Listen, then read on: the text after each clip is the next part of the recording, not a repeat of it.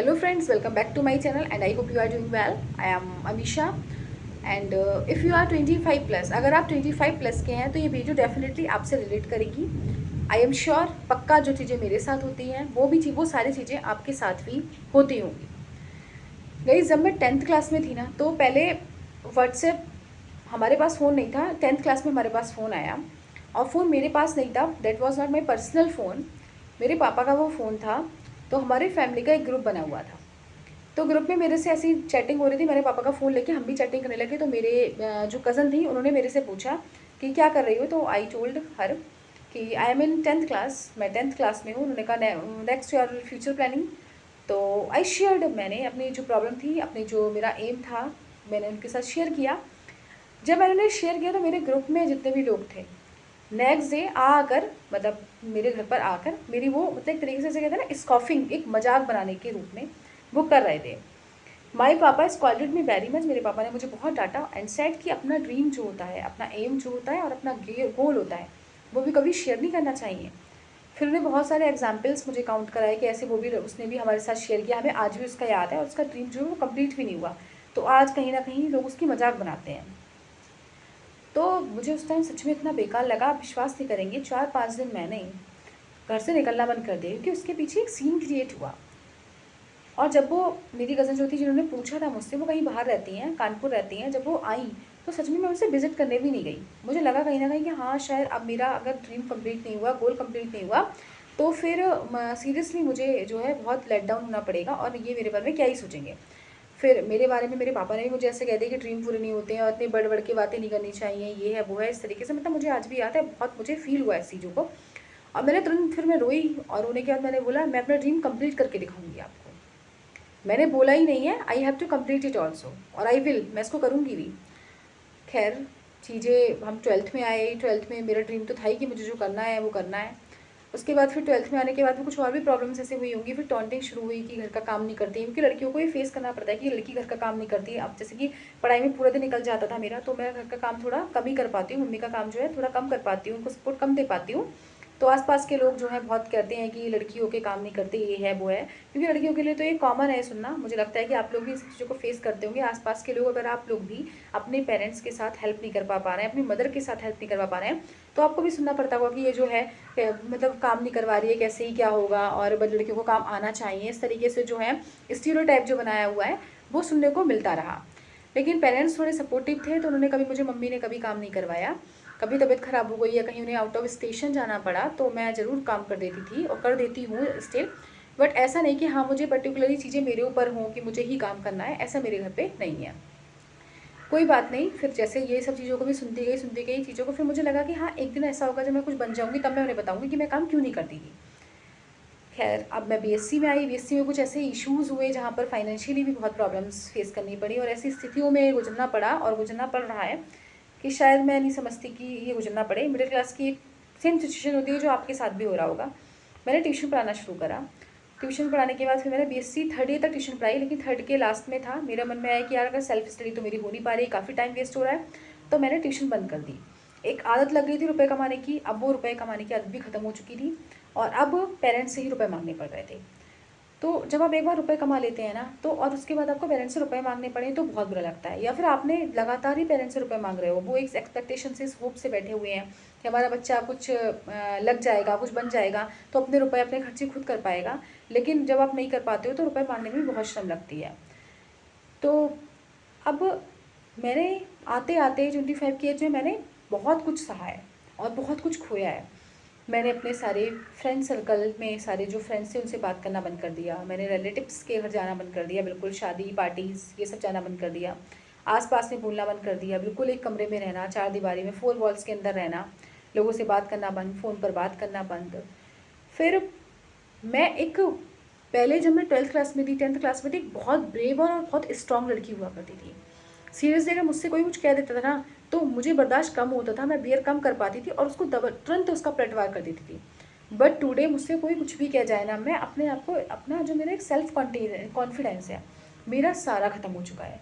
मुझसे कोई कुछ भी कह जाए, मैं उससे कुछ नहीं कह सकती. एक छोटा बच्चा भी मुझे अपने से ज़्यादा होशियार लगता है, क्योंकि हम जब, मैं लगातार बार बार एग्ज़ाम देते देते देते देते हर एग्ज़ाम में फेल, कभी 2 नंबर से, कभी 3 नंबर से अवे, इस तरीके से जब रहता है ना, हमारा लगता नहीं है कि हम नेक्स्ट अटेम्प्ट में भी सक्सेस हो पाएंगे। हम फेलियर से इतने परेशान हो जाते हैं कि हमें समझ नहीं आता कि हम नेक्स्ट अटेम्प्ट में भी क्लियर कर पाएंगे, लगता ही नहीं है। कोई पॉजिटिव चीज़ें हमारी लाइफ में होना बंद हो जाती हैं और हमें लगता है कि अब चीज़ें पॉजिटिव होंगी भी नहीं, सारी चीज़ें हम निगेटिव हो जाते हैं।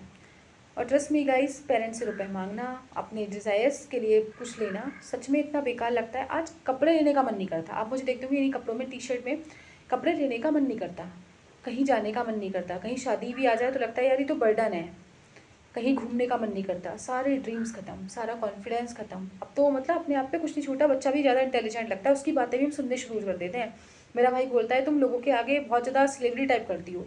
मतलब मैं उसको कैसे समझाऊँ कि चीज़ें, जब हम कुछ नहीं होते ना, जब हमारा कॉन्फिडेंस खत्म हो जाता है तो हम चीज़ अपने लोगों को अपने से ऊपर समझने लग जाते हैं, अपने से ऊपर लोगों को प्रायोरिटी देते हैं, अपने आप को हम बहुत ज़्यादा नीचा मान लेते हैं और हमारा सारा कॉन्फिडेंस खत्म हो जाता है।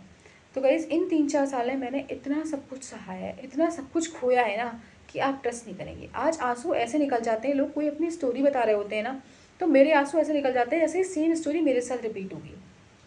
और सारे फ्रेंड्स से पता लगता है कि उसकी शादी हो रही है, उसके कार्ड हो रहे हैं। फिर आसपास फिर ये टॉन्ट सुनने को मिलता है 25+ की एज में, ये बहुत होने लग शुरू हो गया है कि शादी नहीं हो रही है, ये नहीं उतनी बड़ी हो गई, इस लड़कियों की शादी जल्दी हो जानी चाहिए। फिर बहुत सारी निगेटिविटी बातें शुरू हो जाती हैं कि ऐसा नहीं होगा तो फिर ऐसा होगा, लेट होगा तो फिर ये नहीं मिलेगा, ये नहीं होगा। मतलब बहुत सारी चीज़ें सुनने को मिलती हैं। और एक टाइम पे ना आते आते आते आते आप इस बैटल में you find your self alone, आप अपने इस बैटल में अपने आप को अकेला पाते हो, जहाँ पर where there is no support of anyone, neither your colleague support, nor your friend, even your parents support is not also there। आपके पेरेंट्स का सपोर्ट भी नहीं मिलता, क्योंकि उनको भी ना एक ज़ीरो होप लगती है, उनका भी विश्वास, उनका भी ट्रस्ट जो लेवल होता है ना, वो खत्म हो चुका होता है कि हमारा बच्चा कुछ कर सकता है। क्योंकि हर एग्जाम में आप फेल हो रहे हो, जब हर एग्जाम में फेलियर होते हैं। अभी कुछ दिन पहले, परसों ही एक एग्जाम है मेरा, मैंने बोला इसकी तो प्रिपरेशन अभी मेरी हुई नहीं क्योंकि मैं किसी और चीज़ की प्रिपरेशन कर रही हूँ, लेकिन मेरे फादर का आंसर था डायरेक्टली, तुम 4 साल से लगातार कर क्या रही हो? अगर तुम्हारी इसकी प्रिपरेशन नहीं तो 4 साल से क्या कर रही हो? अब हाउ टू टेल हिम, मैं उनको कैसे बताऊँ ये वाली बात कि मैं जिस चीज़ की प्रिपरेशन कर रही हूँ उसका सिलेबस अलग है और जिस चीज़ का एग्जाम है उसका सिलेबस जस्ट डिफरेंट। तो मैं उनको कैसे एक्सप्लेन करूँ? लेकिन मैं एक्सप्लेनेशन के लिए मेरे पास वर्ड्स नहीं है, जस्ट बिकॉज क्योंकि मैं 4 साल से प्रिपरेशन कर रही हूँ, मैं जिस एग्जाम की प्रिपरेशन कर रही हूँ मैं उसमें भी तो बेटर नहीं कर पा रही हूँ। तो गाइज, एक टाइम पर आपको अकेले ही खड़ा रहना है, अकेले ही इस युद्ध को लड़ना है। ये एक ऐसा युद्ध है, ये एक ऐसी एज है, ऐसी सेंसिटिव एज है जहाँ पे आप ना एक 84 मंदिर घंटे की तरह होते हैं, जहाँ पर कोई भी आएगा आपको बजा के चला जाएगा। आप क्या कर रहे हो भाई? अभी तो मैं प्रिपरेशन कर रहा हूँ, अभी तो तुम्हारा हुआ ही नहीं कहीं पे। भाई मैं तो अपनी बता रही हूँ, अब आप लोग को भी, जो भी आप लोगों से में भी होंगे, किसी का फर्स्ट अटैम्प्ट में भी हुआ होगा, किसी का सेकंड अटैम्प्ट में भी हुआ होगा। तो अगर आप लोग बोले कि मैं टाइम पास कर रही हूँ या जो भी कुछ कर रही हूँ, तो भाई मैं तो बस मैं कह रही हूँ कि मैं उसमें की इतनी ब्रिलियंट, इतनी जीनियस नहीं हूँ कि मैं फर्स्ट अटैम्प्ट में एग्जाम क्लियर कर पाऊँ। और बाकी मैंने एग्जाम क्लियर नहीं भी किया, 30+ एग्जाम दे चुकी हूँ। I have attempted 30+ exam, still no success, only failure is there. तो मैं तो कह रही हूँ कि मुझसे नहीं हो रहा भाई। और इस एज में आते आते सच में आप ट्रस्ट नहीं करेंगे, मैंने अपने आप को कितना खोया है ना, मेरी कितनी वीक मेरी बॉडी हो गई है। अगर मैं ज़रा सा, मुझे थोड़ा सा कभी भी मुझे चक्कर आने शुरू हो जाते हैं, ट्रस्ट मी, सच में चक्कर आने शुरू हो जाते हैं। और 3 साल से लगातार मैं बिना बैक सपोर्ट के पढ़ाई करती थी, लगातार ऊपर बेड पे बैठ गई और लगातार वैसी ही पढ़ाई की है मैंने। आज मेरे स्पाइनल कॉर्ड में इतना दर्द होता है, इतना दर्द होता है कि अब मैंने देखिए, आप मेरे वॉल के पीछे बिल्कुल सपोर्ट लेके मैं बैठी हुई हूँ नीचे। अब मैंने अपना जो आसन है ना नीचे बैठने का जो है वो नीचे लगा लिया है, या फिर मैं चेयर पे बैठती हूँ तो चेयर पे पीछे पिलो लगा के बैठती हूँ। मतलब मेरे बैक में दर्द होना शुरू हो गया है। अब मैं पूजा करके आ रही हूँ, अब पूजा में मुझे 20 मिनट नहीं बैठा गया, इतना ज़्यादा पेन हो रहा है। तो कहीं ना कहीं मैंने अपने बॉडी को खोया, अपना ट्रस्ट को खोया, अपनी सेल्फ कॉन्फिडेंस खोया, अपने फ्रेंड्स खोए, कलीग्स खोए, रिलेशन खोए, इंजॉय खोया, सब कुछ करते करते मैं ये खो चुकी हूँ। और उसके बाद भी मुझे ये श्योरिटी नहीं है कि मैं जिस चीज़ों के पीछे सेक्रीफाइस कर रही हूँ, क्या मुझे चीज़ें मिल पाएंगी। मैं लोगों के अगेंस्ट में खड़ी हूँ, चीज़ें जो वो करना चाह रहे हैं मैं वो काम नहीं कर रही हूँ। अगर मैं वो सब चीज़ें नहीं कर रही हूँ तो क्या मुझे उन सब चीज़ों का फ़ायदा मिलेगा, मैं इसकी भी श्योर नहीं हूँ। तो एट द लेंथ मैं यही कहना चाहूँगी, बस अपने आप पे थोड़ा सा विश्वास जो है ना बना के रखना कि हाँ भाई मैं ये कर सकता हूँ या कर सकती हूँ। बाकी तो देखिए, आपको ये तय कर लेना है, शायद अभी आपके पेरेंट्स आपके साथ में होंगे, लेकिन एक टाइम पे मुझे भी, अभी मेरे पेरेंट्स ने बस मुझे इतना ही बोला है, फिलहाल मुझे वो सपोर्ट करते हैं, लेकिन मुझे इतना भी खड़ा होना है कि हाँ, अगर वो मेरा सपोर्ट भी छोड़ देंगे उसके बाद भी I have to stand myself. मुझे खुद के लिए खड़ा होना है। I have to stand myself for me. मुझे खुद के लिए खड़ा होना है और स्वयं खड़ा होना है। तो अपने लिए प्रिपेयर बनाना चाहिए, मेंटली प्रिपेयर होना चाहिए कि अगर वो मेरा साथ भी छोड़ देंगे ना, तब भी मैं अपने ऊपर से होप, अपने ऊपर से विश्वास नहीं खत्म करूँगी। आई नो विश्वास खत्म हो गया है, बट थोड़ा सा 1% जो विश्वास है ना वो बनाए रखना है और पूरी कोशिश करनी है कि हाँ मैं अपने आप को समझा पाऊँ कि आई कैन डू। बाकी ये बिल्कुल मेंटली प्रिपेयर होना है कि no one will support you. आपको कोई सपोर्ट नहीं देगा। बहुत लकी लोग होंगे जहाँ पर आप सपोर्ट मिलेगा, पेरेंट्स का, फ्रेंड्स का। बाकी कोई सपोर्ट नहीं मिलेगा, किसी भी प्रकार का सपोर्ट नहीं मिलेगा। आपके रिलेटिव्स का सपोर्ट नहीं मिलेगा, उनका तो खैर किसी को नहीं मिलता होगा। पेरेंट्स के सिवाय किसी का सपोर्ट नहीं मिलता, तो एक टाइम के बाद उनका भी सपोर्ट नहीं मिलता है।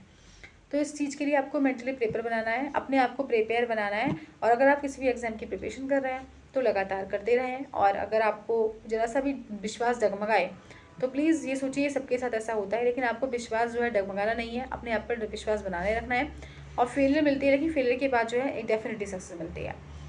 तो ये मेरी एक अपनी स्टोरी थी। और कौन कौन ये ऐसा सब चीज़ें फेस करता है, ये शादी के इश्यूज़ या हाउस होल्ड वर्क के बारे में, और कि एज बढ़ रही है, इन सब चीज़ों के बारे में कौन किसको ये सब कन्फ्रंट कर रहे हो। I know most of us हम फील करते हैं, सारी चीज़ें कन्फ्रंट करते हैं। तो जो कन्फ्रंट करते हैं प्लीज़ आप मुझे भी अपनी जो प्रॉब्लम्स हैं आप लोग भी मुझे अपनी शेयर करें, तो कहीं ना कहीं मुझे एक एज अ मोटिवेशन मेरे लिए वर्क करेंगे। और जहाँ भी कहीं आप हो बहुत स्वस्थ रहें, बहुत अपना ख्याल रखें। अपना ख्याल सबसे ज़्यादा बेटर है। अपने हेल्थ का ख्याल रखेंगे तो शायद आप चीज़ों का ख्याल रख पाएंगे। सब चीज़ों सबसे पहले हम, उसके बाद दूसरे लोग। तो अपना बहुत ख्याल रखें, बहुत बहुत बहुत ख्याल रखें अपना। और खुश रहें, जितना खुश रह पाएँ आप लोग। तो यही मैं आपकी प्रेयर करती हूँ और विश करती हूँ कि भगवान हम सबकी लाइफ में बहुत ही ज़्यादा ओवरफ्लो प्रॉस्पेरिटी आए और हमारी लाइफ में जल्दी जल्दी जो हम चाहते हैं वो चीज़ें हमारी पूरी हो जाएँ।